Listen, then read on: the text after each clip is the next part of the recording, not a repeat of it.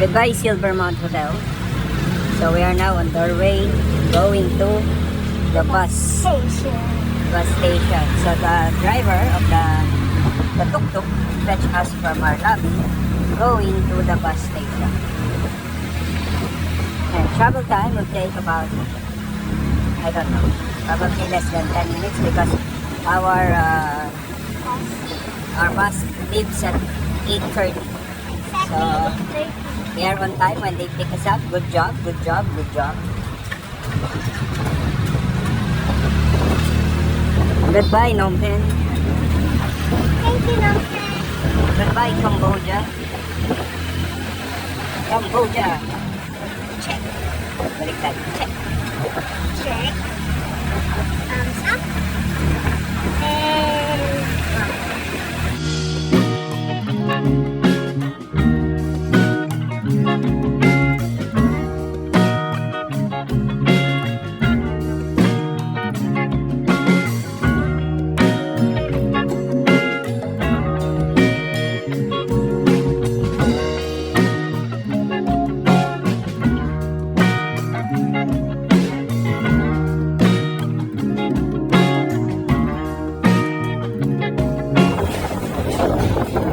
guys, para hindi kayo malito kapag kayo ay nandito, kung mapapansin nyo ang mga street ay merong number 184, number 5 kasi hindi nyo maintindihan yung letter, kaya ang street dito ay number.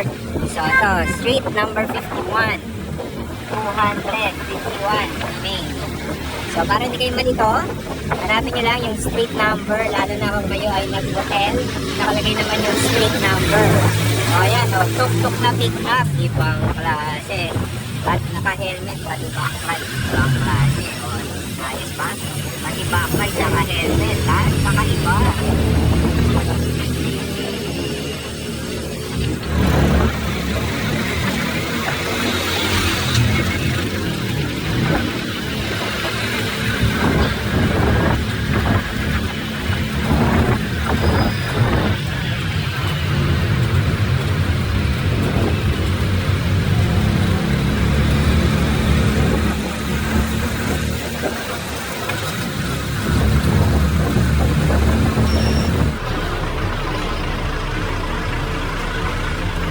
So guys, this is our bus going to Ho Chi Minh. This is the Cambodia, Vietnam. Phnom Penh. This is our bus going to Cambodia, Vietnam from Cambodia. And roughly this takes about 6 hours including the border immigration. So we put in more details as we go inside.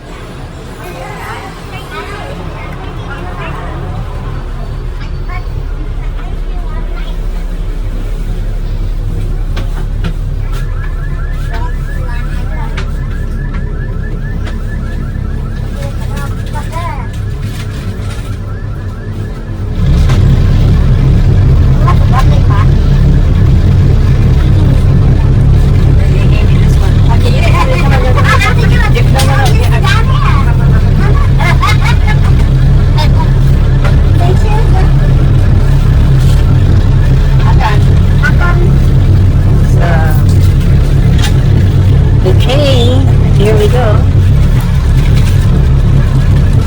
So this is your ticket. The bus is Phnom Penh, Cambodia, Vietnam. We are seat number 13 and 14. Alright, so there are many bus companies that flight the route going to Cambodia, to Vietnam from Cambodia. And this is one of the Vietnam buses. According to the travel agency, Vietnam companies are fast drivers. So let's see if that's even true. Alright, so see you later, alligator. So guys, that's the other company. If you want to go to Ho Chi Minh from Phnom Penh, if you want to go to Ho Chi Minh from Phnom Penh, it's Tan Tan. This one, our bus company is Pot Duong. Pong Heng pala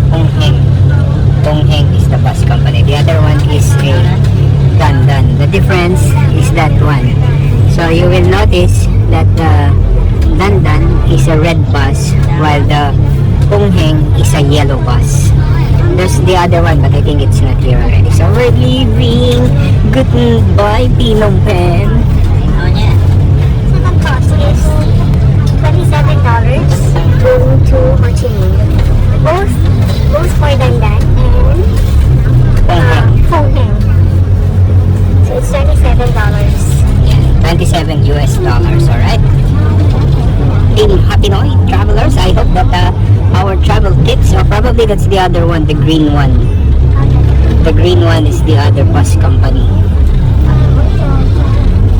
Alright, goodbye, see you. So guys, the other bus company is named Longpong. So remember, three bus companies: Pungheng, Dandan, and Longpong. There's the other one, a Cambodian bus line, the Great Ibis, giant Ibis, but it's much expensive. That's roughly around 39 to 40 US compared to this Vietnamese bus companies that ranges from 23 to 27, $28. But since it's a morning bus, you can also try their sleeper bus if you're going at night. So technically it's a sleeper bus where you can sleep. You can have a flatbed, yeah, flatbed. So this is Cambodia.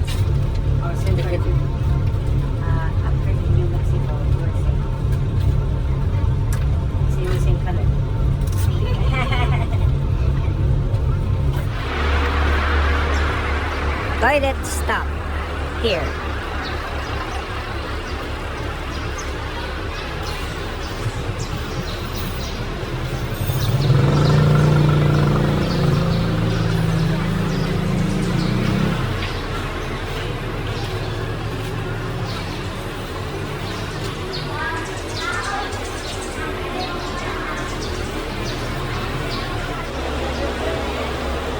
So most of the bus going to Vietnam are doing a toilet stop over here.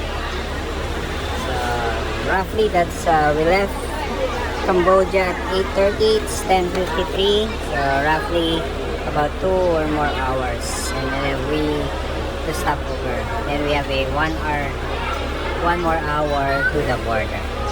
1 hour 40 minutes to the border. This is what we eat. This is what we are eating. This is banh mi. Banh mi is a Vietnamese cuisine. So this is what we are eating as a cover. Cost of banh mi is $2 or 100 pesos.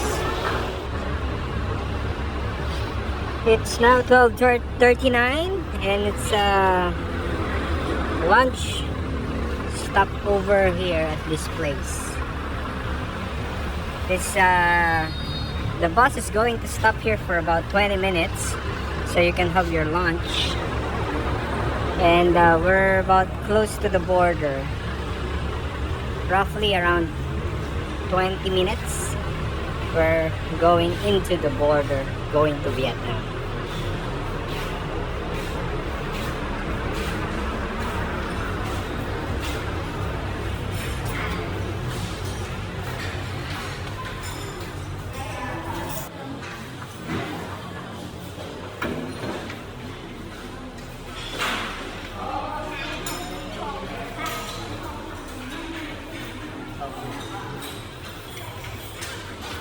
So we're here for our lunch stop over. So let's check out their food. So what do they have? So there's tofu, string beans. Okay, ano ba to? Mustasa. There's ampalaya, chicken with, I'm not sure ano ba tong gulay na to. And then there's sauteed vegetable. Then there's fish, pork, Okay, fried chicken. There you go. And if you want to have some rice, they have this yummy rice. Oh, and this one is with bamboo shoots, pork, and egg. You want some soup? Here's the soup. And there's stuffed ampalaya. I don't know. Alright. So, here's the small restaurant for our stopover. We'll see you later, guys.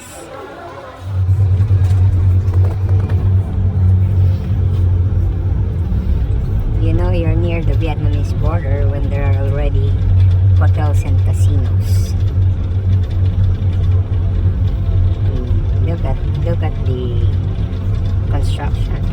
This one is massive.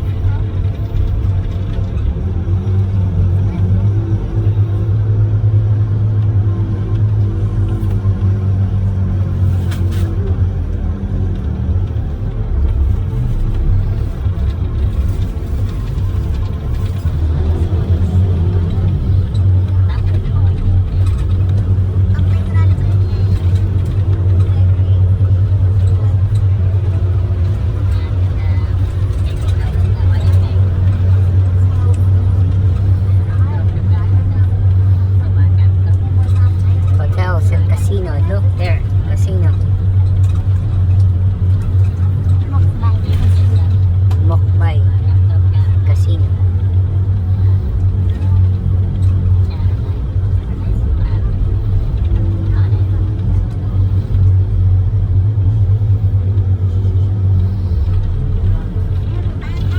So I think this is the border now.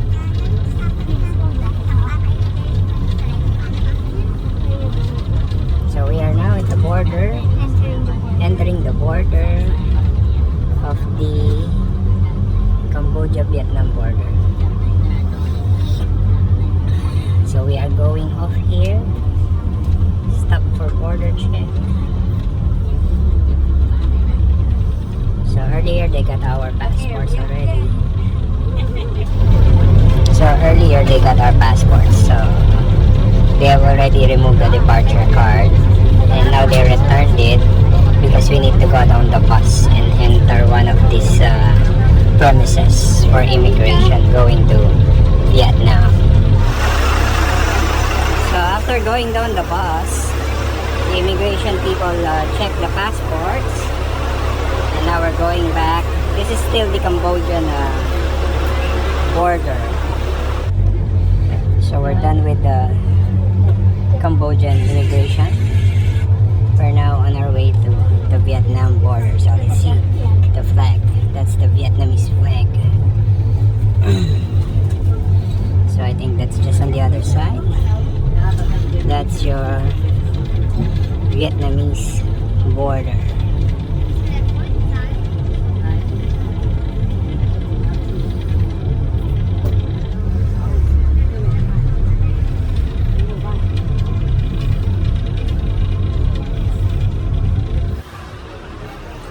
So when you get to the Vietnam border, you need to pull out all your bags as they're going to scan it, and then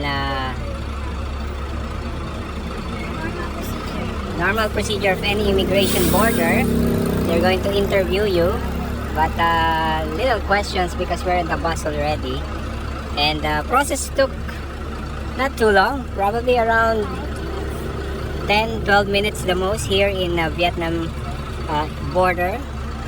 So it's very swift, and we are now boarding the bus again. We also already placed the baggages inside. Alright, so welcome to Vietnam.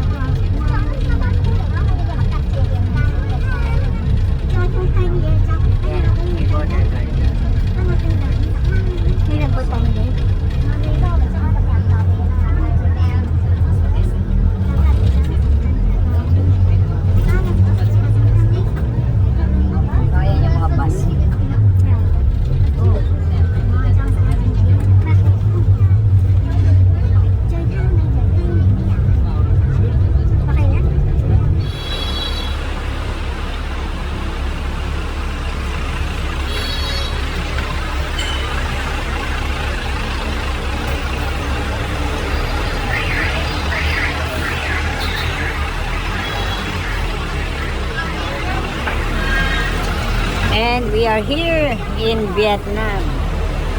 We have arrived in the station.